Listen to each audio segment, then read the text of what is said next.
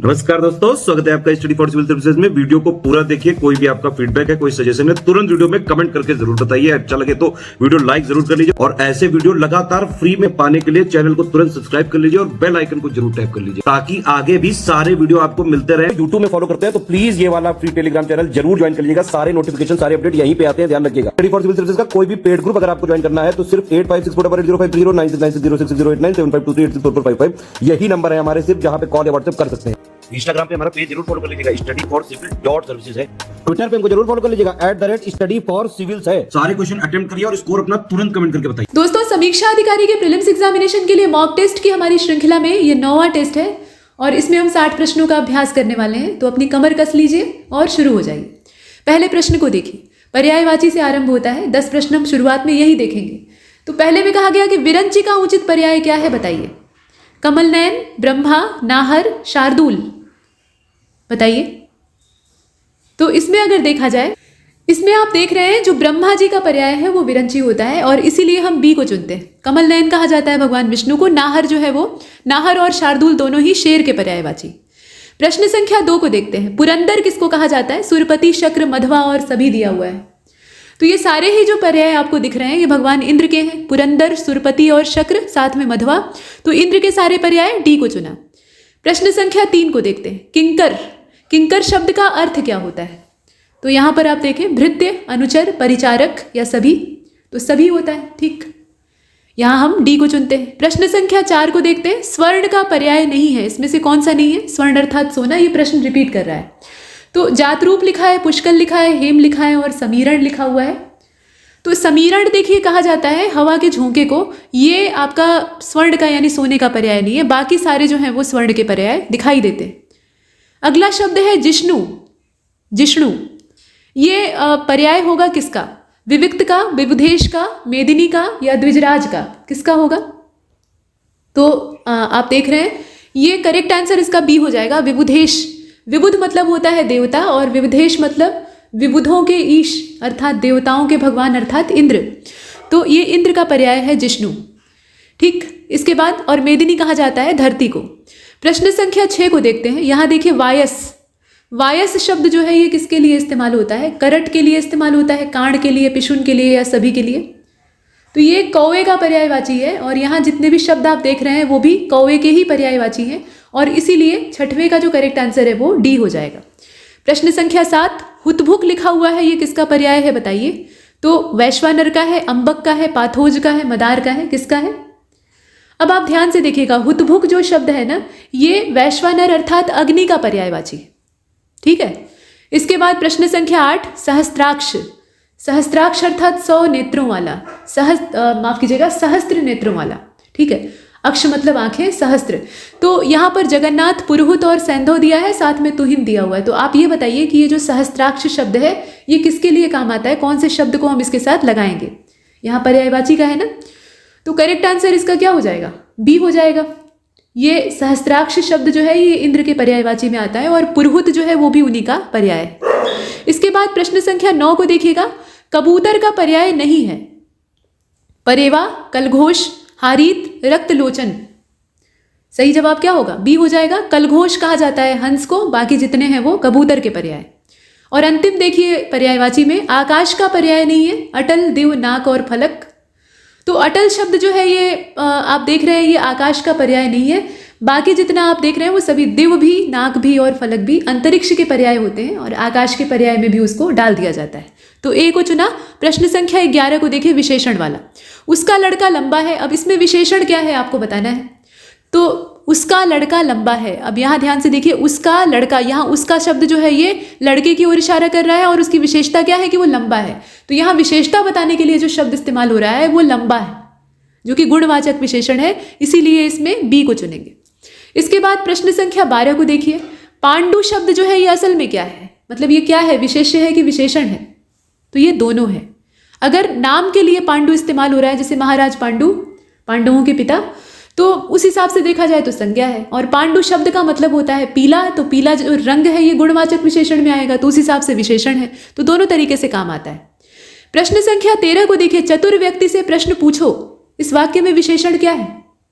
चतुर व्यक्ति से प्रश्न पूछो व्यक्ति की विशेषता है कि वो चालाक है, तो सी वाले को चुनेंगे। प्रश्न संख्या 14, वह आदमी जो कल आपके घर आया था बहुत बड़ा ठग है, बताइए इसमें विशेषण कितने हैं। तो 14 को आप देख रहे हैं, इसमें से करेक्ट आंसर क्या हो जाएगा, बी हो जाएगा, 4 विशेषण है। ठीक है, वह आपके बहुत और बड़ा। अब आप कहेंगे कि बहुत शब्द जो है वो तो बड़े की महिमा को बढ़ाने का काम कर रहा है, तो बात तो ठीक है कि यहाँ प्रविशेषण है, लेकिन प्रविशेषण के तौर पे इसे तब काउंट नहीं करेंगे जब विशेषण अलग अलग पूछा जाएगा, तब इसे भी विशेषण के रूप में ही गिना जाएगा। तब उस हिसाब से 4 विशेषण इसमें है और हम बी को ही चुनेंगे। ठीक है, प्रश्न संख्या 15 को देखते हैं। दुष्चरित्र व्यक्ति से संबंध नहीं रखना चाहिए। अब दुष्चरित्र जो है ये क्या है, संज्ञा सर्वनाम विशेषण क्या चीज है बताइए। 15 को आप देख रहे हैं और इसका जो सही जवाब है वो इसमें सी हो जाएगा, ये विशेषण है। इसके बाद प्रश्न संख्या 16, लाखों लोगों ने इसे महसूस किया है, बताइए कि इसमें से विशेषण कौन सा है। तो यहां अगर आप ध्यान से देखें तो लाखों शब्द जो है, माफ कीजिएगा, लाखों शब्द जो सी वाला ऑप्शन है ये आपका विशेषण है, ये लोगों की विशेषता बता रहा है। प्रश्न संख्या 17 को देखते हैं।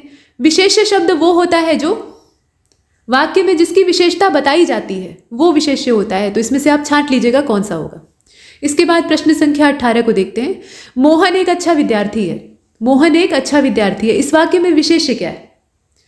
तो यहां पर अच्छा शब्द जो है वो किसकी विशेषता बता रहा है, मोहन की नहीं बता रहा है, वो विद्यार्थी की विशेषता बता रहा है। ये अलग बात है कि विद्यार्थी का नाम मोहन है, तो यहां पर विद्यार्थी शब्द को चुनेंगे जो कि विशेष्य की भूमिका निभा रहा है।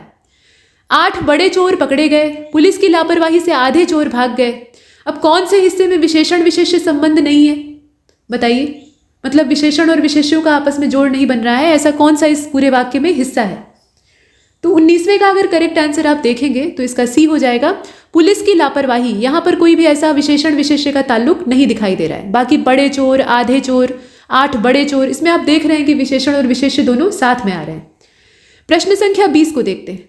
यहां पूछा गया कौन सा विशेषण है, क्रोधी, कंटक, चुनौती और राही, और हमारा जो सही जवाब है वो इसमें क्रोधी हो जाएगा, बाकी सारे जो है वो विशेष्य हैं। अब यहां से तद्भव तत्सम है, तत्सम शब्दों के लिहाज से शुद्ध कौन सा है, तो शाटिका लिखा है, रज्जु लिखा है और गुंठन लिखा है, कौन सा सही है। अब यहां अगर ध्यानपूर्वक देखा जाए तो तीनों ही ठीक है, तीनों ही तत्सम ही है। इसके बाद बारात का तत्सम रूप क्या होगा, पीछे भी आपने किया था, वरयात्रा। मोती का तत्सम रूप क्या है, मोती और यहाँ मोती लिखा हुआ है, मौक्तिक लिखा है, मुक्तक लिखा है, कोई नहीं लिखा है, तो इसमें से आप चुनेंगे किसको। तो 23वां जो आप देख रहे हैं इसका सही जवाब इसमें से हो जाएगा डी वाला। मोती का इसमें से तत्सम रूप कोई नहीं है। असल में मौक्तिक शब्द जो है ना ये विशेषण है मुक्ता का, और मुक्ता इसी मोती का तत्सम रूप होता है जो कि इसमें दिया ही नहीं। इसके बाद 24वें को देखते हैं। तो यहाँ पूछा गया कि मिट्टी का तत्सम रूप क्या होता है, तो मृत्तिका होता है। कैसे लिखा जाएगा, ए वाला। ठीक है, कौन सा शब्द इसमें से तद्भव है ये आपको बताना है। 25वां आप देख रहे हैं, तो 25वें का जो सही जवाब है वो इसमें से आपका सी हो जाएगा, अटारी। अटारी जो है ना ये तद्भव शब्द है, अट्टालिका इसका तत्सम होता है, बाकी सारे शब्द पहले से ही तत्सम है। प्रश्न संख्या 26 को देखें। इसमें आपको तत्सम बताना है, कौन सा है, सपूत, सरीसृप, सांकल और साँझ। इसमें जो तत्सम शब्द है वो सरीसृप है, ठीक, और बाकी सारे शब्द जो हैं वो तद्भव हैं। सपूत का सुपुत्र होता है, सांकल का श्रृंखला होता है और इसको अर्गला कहा जाता है शुद्ध रूप में, और साँझ का क्या होता है, संध्या होता है। प्रश्न संख्या 27 को देखें, यहाँ पर आ जाइए। कौन सा शब्द तद्भव है, ज्योत्सना, सकल, श्रोणी और परीक्षा। तो इसमें से कोई किसको चुनेंगे आप, 27, सही जवाब इसका बी हो जाएगा, सकल।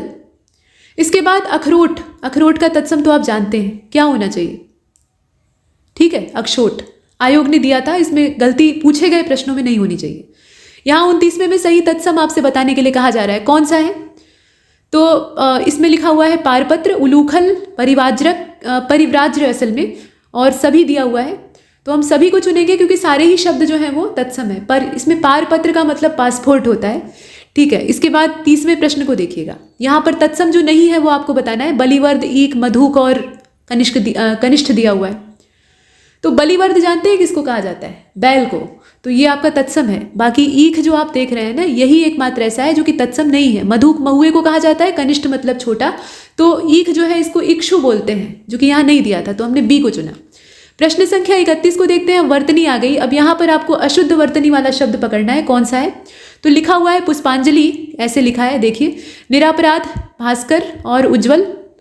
तो निरपराध होता है, निरापराध नहीं होता है, बी को चुनिए। इसके बाद 32वें को देखते हैं। अशुद्ध वर्तनी वाला शब्द आपको चुनना है, कौन सा होगा? वांग्मय लिखा है, यहाँ जो अंग्या है उसमें बिंदी यहाँ समझिएगा। उत्कर्ष है, वैमनस्य है, मिथिलेश कुमारी है। इसमें से गलत वर्तनी किसकी है? मिथिलेश कुमारी होता है। थ पर ऐसे छोटी की मात्रा होगी, माता सीता का पर्याय है, मिथिला की राजकुमारी। प्रश्न संख्या 33, अशुद्ध शब्द कौन सा है? दैहिक, नौकरी, प्रौढ़ और पौरुष। तो आप देख ही रहे हैं, नौकरी नहीं होता है, नौकरी होता है। प्रश्न संख्या 34, अशुद्ध वर्तनी वाला शब्द आपको पकड़ना है, चरमोत्कर्ष, वांग्मय, पुनरुत्थान और हिरण्यकश्यपु। ठीक है, हिरण्यकशिपु होता है, कशिपु होता है, ऐसे लिखा जाता है। ठीक है, ऐसे है ना। 35 को देखते हैं, अशुद्ध वर्तनी वाला शब्द कौन सा है? यहाँ देखिए, प्रतिदर्श है, कुक्षी है, दृष्टा है और आहार है। तो दृष्टा, दृष्टा लिखा जाता है, दृष्टा नहीं लिखा जाता है।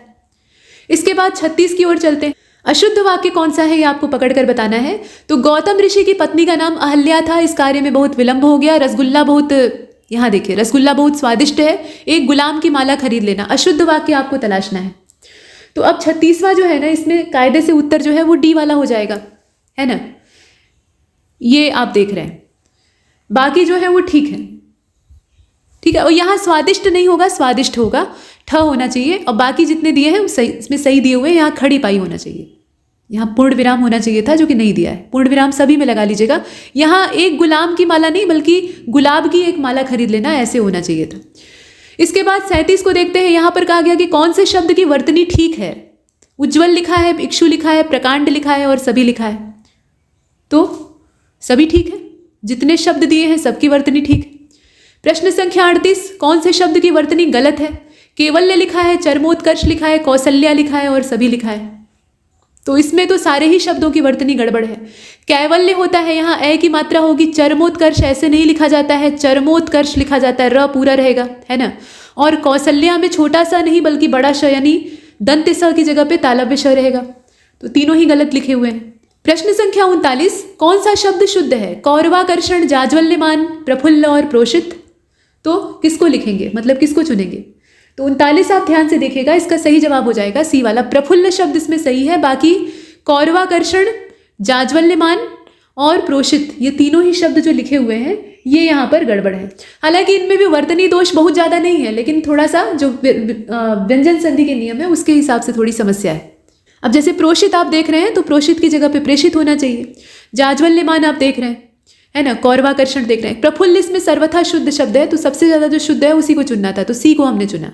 प्रश्न संख्या 40 को देखिए, कैटभारी लिखा हुआ है, इसमें आपको ये बताना है कि गलती कैसी है। गलत तो है ही है, लेकिन गलती कैसी है? तो मात्रात्मक, संधि संबंधी, समास संबंधी, विशेषण संबंधी कैसी त्रुटि होगी? 40 को आप देख रहे हैं, और इसका जो सही जवाब है वो मात्रात्मक हो जाएगा। स्वर का दोष है, कैटभारी होता है, र पे छोटी की मात्रा होगी, जो कि हमने बड़ी की लगा दी, तो काम गड़बड़ हो गया। इसके बाद 41 की ओर चलते हैं। अपने सहारे रहने वाला, इसके लिए आपको एक शब्द चुनना है, कौन सा चुनिएगा? तो स्वावलंबी, है ना। प्रश्न संख्या 42, अप्रमेय का सही मतलब क्या होता है? अप्रमेय शब्द है, इसके लिए वाक्य आपको बताना है। तो अप्रमेय वो होता है जिसे कि हम प्रमाण के द्वारा सिद्ध न कर सके, तो इसलिए प्रमाण से सिद्ध न होने वाला, बी को चुना। प्रश्न संख्या 43 को देखिएगा, किसी पर विजय प्राप्त करने की प्रबल इच्छा। विजित होता है, विजेता होता है, जिगीषा होता है, जिज्ञासु होता है। इसमें से कौन सा शब्द होगा? तो अगर आप ध्यानपूर्वक देख रहे हैं तो 43वां जो है इसका सही जवाब इसमें से हो जाएगा आपका सी वाला, जिगीषा। ठीक, जो स्त्री सूर्य न देख सके, घूंघट की आड़ में हो, सूर्य का दर्शन न कर सके, तो असूर्यम पश्या, है ना। प्रश्न संख्या 45, कुछ खास शर्तों पर किसी कार्य को करने के लिए किया गया समझौता, इसको क्या कहा जाएगा? कर्मठता, ठेकेदारी, बेलदारी या संविदा? तो इसे कहा जाएगा संविदा। ठीक है, खास शर्तों के साथ ठेका होता है। 46 को देखते हैं, जिसकी पहले से कोई आशा ना हो। अप्रत्याशित, अप्रत्याशित। ठीक। प्रश्न संख्या 47, जिसका पति विदेश चला गया है, क्या कहेंगे उसे? चला गया है, तब प्रोषित पति का। इसके बाद प्रश्न संख्या 48, पैर से सिर तक यानी आपाद मस्तक। शिख नख नहीं होगा, सिरों नहीं होगा, पाद मस्तक या पद मस्तक नहीं होगा, आपाद मस्तक होगा। प्रश्न संख्या 49 को देखते हैं, राज्य द्वारा जारी आदेश। चुनेंगे किसको? अध्यादेश। प्रश्न संख्या 50, अनुचित बात के लिए आग्रह करने वाला, दुराग्रही। ठीक है, अब 51वें प्रश्न को देखिएगा, यहां से हमारा विलोम वाला शुरू होता है। निषिद्ध का विलोम नहीं है, कौन सा नहीं है आपको बताना है। तो आप चुनेंगे कि इसमें चुनना है आपको, देखिए किसको चुनिएगा।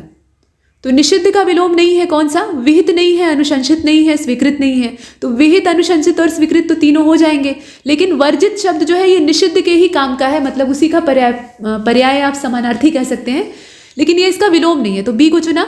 प्रश्न संख्या 52 को देखते हैं। शुष्क का विलोम नहीं है, आर्द्र, नम और रुक्ष, इसमें से बताइए। तर, ये भी दिया हुआ है, तो ध्यानपूर्वक देखिएगा। शुष्क शब्द का जो विलोम इसमें से नहीं है वो आपका रुक्ष होगा। रुक्ष मतलब होता है रूखा। ठीक है, ये शुष्क का एक हद तक मिलते जुलते अर्थ वाला है, मतलब रूखापन जो है वो सूखी चीज में ही होता है आमतौर पे। बाकी आर्द्र, नम और तर जो है ये शुष्क के विलोम है ना। तो हमने सी को चुना। प्रश्न संख्या 53 को देखिएगा। स्थूल का विलोम नहीं है, कौन सा नहीं है बताइए। तो सूक्ष्म, तन्वी, दुर्बल और शाश्वत। भाई शाश्वत नहीं है, बाकी सारे जो है वो विलोम के तौर पे काम आते हैं। पृक्षक का सही विलोम क्या है ये आपको बताना है। ये पृक्षक नहीं है, पृथक है असल में। पृथक, पृथक माने अलग अलग। अब आपको ये बताना है कि इसका उचित विलोम इसमें से कौन सा होगा। तो पृथक का क्या होगा? इसमें से संयुक्त हो जाएगा। संयुक्त लिखेंगे कि एकत्र लिखेंगे बताइए, ए होगा कि बी होगा? 54, तो इसका बी ही होगा, संयुक्त। ठीक है, इसके बाद 55 को देखते हैं। उपयोग का विलोम आपको बताना है। तो उपयोग का इसमें से क्या होगा? सभी को चुनने का ऑप्शन भी है, निरुपयोग, दुरुपयोग, दुष्प्रयोग। तो 55 जो आप देख रहे हैं इसका सही जवाब बी होगा, दुरुपयोग होता है। उपयोग का दुरुपयोग सही विलोम होता है, सभी को नहीं चुनेंगे। प्रश्न संख्या 56 की बात करें तो यहाँ जोड़ा बनाकर पहले से दे रखा है, इसमें से जो गलत है वो आपको तलाशना है। दक्षिण का दिया है वाम, उद्यम का निरुद्यम, विधि का निषेध और बर्बर का सभ्य। बताइए इसमें गलती कहाँ पर है? गलती है बी वाले में, उद्यम का निरुद्यम जो दिया हुआ है। उद्यम का आलस्य होता है, ठीक है, उद्यमी का निरुद्यम होता है। ध्यान दीजिएगा, उद्यमी शब्द का निरुद्यम होता है, ऐसे होना चाहिए। तो यहाँ थोड़ा सा गड़बड़ है और इसीलिए ये गलत हो गया। प्रश्न संख्या 57 को देखते हैं। शुद्ध विलोम युग्म आपको इसमें से ढूंढना है। अल्पज्ञ का दिया है बहुज्ञ, संयुक्त का संधियुक्त, समस्त का अभ्यस्त और अज्ञ का अनभिज्ञ। बताइए इसमें शुद्धता कहाँ पर है? तो अल्पज्ञ का जो बहुज्ञ दिया हुआ है यही एकमात्र ठीक है, बाकी जितने हैं सब गड़बड़ है। संयुक्त का क्या हो जाएगा? पृथक, है ना। समस्त का क्या होगा? एकल हो जाएगा, या फिर एक चीज के लिए हम कहें। बाकी अज्ञ का, अज्ञ और अनभिज्ञ जो है लगभग समानार्थी है, थोड़ा बहुत फर्क है दोनों में, लेकिन इन दोनों का विज्ञ, प्रज्ञ या फिर अभिज्ञ हो सकता है, लेकिन ये आपस में तो विलोम है नहीं, तो ये सब गलत है, सिर्फ पहला वाला सही। प्रश्न संख्या 58, विलोम के लिहाज से अशुद्ध कौन सा है? सचल चल दिया है, निरपेक्ष, सापेक्ष, मौलिक, अनुदित, बंधन, मोक्ष। क्या होना चाहिए इसमें से जो कि गलत हो? तो 58 को आप देख रहे हैं, और 58 का जो सही जवाब है वो इसमें से हो जाएगा आपका ए वाला। सचल का चल दिया है, मतलब दोनों का अर्थ होता है चलायमान, तो ये आपस में विलोम कैसे हो सकते हैं? इनका अचल होना चाहिए था, जो कि नहीं दिया है। फिर 59 में आइए, यहां साथी का विलोम आपसे पूछा जा रहा है। तो साथी का विलोम क्या होगा? विरोधी, है ना, साथ चलने वाला और विरोध करने वाला। ईप्सित का क्या होगा? तो कई बार आपने किया है, अनिप्सित होता है। ईप्सित मतलब चाहा हुआ और अनिप्सित मतलब अनचाहा। तो यहां पर ये मॉक टेस्ट समाप्त होता है। इसमें इतना ही, तब तक के लिए नमस्कार।